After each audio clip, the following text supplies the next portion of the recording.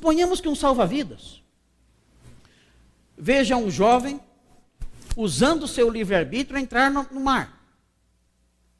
E esse jovem livremente começa a nadar. E esse jovem livremente vai para o fundo. E esse jovem livremente começa a se afogar. E então, o salva-vidas simplesmente grita para ele: saia daí. Ah, eu não consigo. Usa o seu livre-arbítrio. Eu não posso interferir no que você está fazendo. E o salva-vidas permitisse que ele se afogasse. O que nós diríamos de salva-vidas? Diríamos: esse homem é um criminoso. O salva-vidas, ele não foi lá, pegou no pescoço da pessoa e afogou a pessoa, mas simplesmente permitiu. Só isso. Ele só permitiu que a história tivesse o seu curso. Nada além disso. Ele permitiu. Esse salva-vidas é inocente? É claro que não. Agora, se nós trouxermos isso para Deus, a coisa é pior. Porque o salva-vidas não fez o mar. E o salva-vidas não fez o jovem. E o salva-vidas não controla o mar. E o salva-vidas não dá força para o jovem. Mas Deus, nós aprendemos em Atos que nele nós vivemos, nos movemos e existimos. Aquele jovem é daquele jeito porque Deus o fez assim.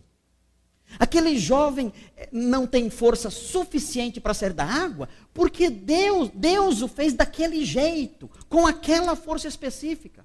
E aquele mar está levando aquele jovem, aquele mar é o mar que Deus fez. E aquela correnteza que está puxando aquele jovem é uma correnteza que Deus fez e que Deus controla. Ou seja, a situação do salva-vidas é muito mais justa do que a de Deus. Deus é muito mais culpado por permitir. Porque Deus não só permite numa situação como essa. Ele fez o jovem, ele fez o mar, ele controla a força do moço, ele controla as correntezas, ele controla tudo.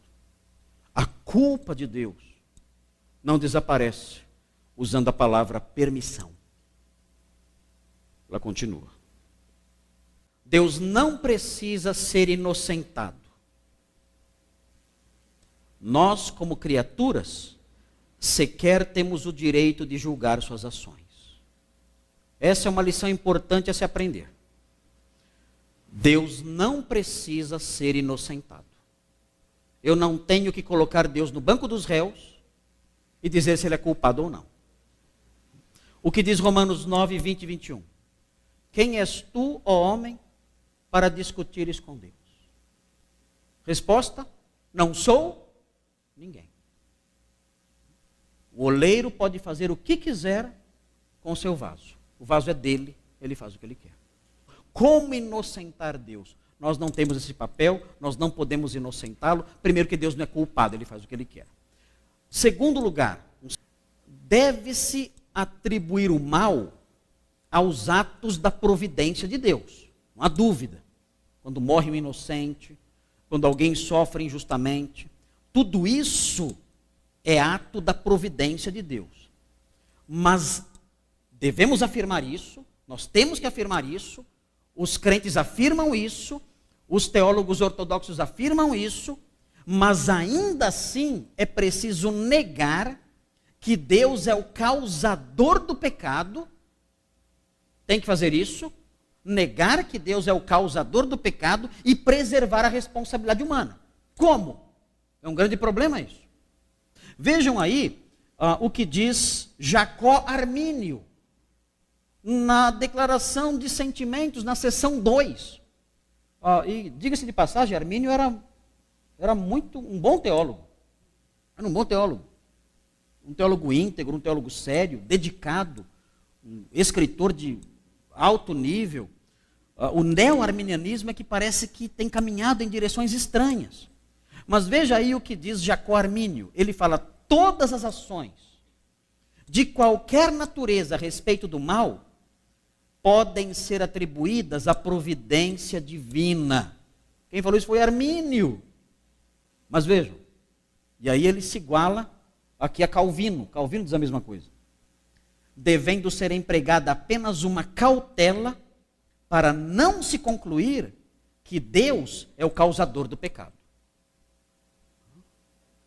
Que Deus é o autor do pecado, por assim dizer. E esse é o problema. Armínio não explica como tomar essa cautela. Mas nós temos que afirmar isso. A providência divina está por trás de todo o mal que acontece no mundo. O mal moral, o mal punitivo, o mal natural. A providência divina está por trás disso tudo. Mas nós não podemos afirmar que a responsabilidade humana é anulada e não podemos afirmar que Deus é o autor do pecado. Como? E essa é a grande dificuldade que a teologia tem que enfrentar. Uma outra resposta, e eu gosto mais dessa aqui. Essa é a que eu mais gosto. Note bem aí o que diz. É do Gordon Clark essa resposta. Ele fala o seguinte: Deus é soberano e santo. Sendo soberano, ele está acima de qualquer lei. É interessante notar isso. Deus pode ser acusado de assassinato? Pode? Não. Porque ele está acima da lei, não matarás. Essa lei não se aplica a ele. Deus pode ser acusado de ladrão? Não. Porque ele está acima da lei, não furtarás. Tudo é dele. Como é que ele pode furtar alguma coisa? Não é possível ele furtar. Deus está acima da lei, porque a lei procede dele. Nós não podemos imaginar que existe uma lei independente permeando o universo. Não podemos pensar isso. E Deus então se sujeita a essa lei independente que permeia o universo. Isso não existe. As leis que existem, as leis morais, foram estabelecidas por Deus. E Deus está acima delas, não abaixo delas. Eu tirar a vida de alguém é pecado, é errado, é ilegal. Deus tirar a vida de alguém não é pecado, não é errado, não é ilegal. Ele está acima da lei que ele próprio estabeleceu. É importante lembrarmos isso. A lei não se aplica a ele. Veja, ele não está sujeito a uma ética superior independente. Tem uma ética no universo, Deus obedece a essa ética. Não. Por isso, não se pode acusá-lo de assassinato, agressão, roubo ou vandalismo quando ele mata, fere ou remove e destrói os bens de alguém. Vejam agora, sendo santo, Deus sendo santo, ele é soberano e santo. Sendo soberano está acima da lei. Sendo santo, todos esses atos, quando realizados por ele, devem ser considerados justos, motivando inclusive o louvor do seu povo. Quando Jó percebeu que seus filhos tinham sido todos mortos e que todos os seus bens tinham sido retirados, sabe o que ele disse? Bendito seja o nome do Senhor. Todas aquelas ações de Deus eram santas e dignas de louvor, e ele louvou a Deus naquele dia. Tudo isso que ele está fazendo, tudo isso que ele fez, é santo, é justo, é bom, e eu vou amá-lo, mesmo passando por tudo isso, mesmo sabendo que a mão dele fez tudo isso.